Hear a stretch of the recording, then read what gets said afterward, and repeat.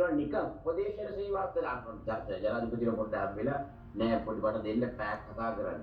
මෙන්න මේ ටික මට බැලුවා ආණ්ඩුව ජනාධිපති දේවල් උපදේශන සේවා වලින් කරන්න බෑ.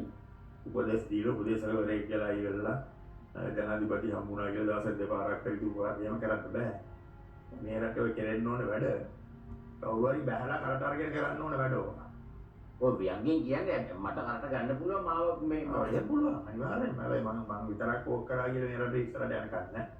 කණ්ඩායමක් හැදෙන්න ඕනේ මම.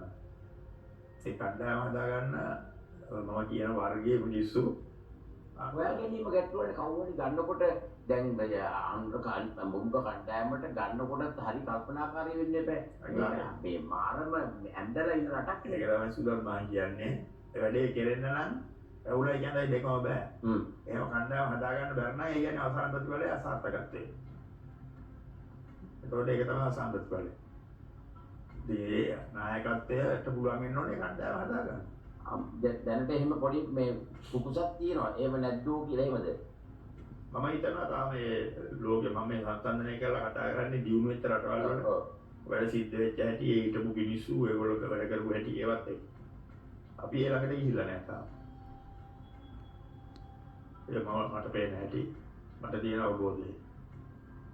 ඒක ලං කරගන්නේ වැඩෝ ටිකක් අඩුයි කියලා තමයි පේන්නේ. ප්‍රශ්නයක් තියෙනවා.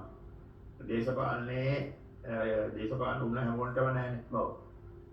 දැන් දේශපාලන උණ තියෙන සමහරුන්ට ඔය මං කියපු ලක්ෂණ නැහැ.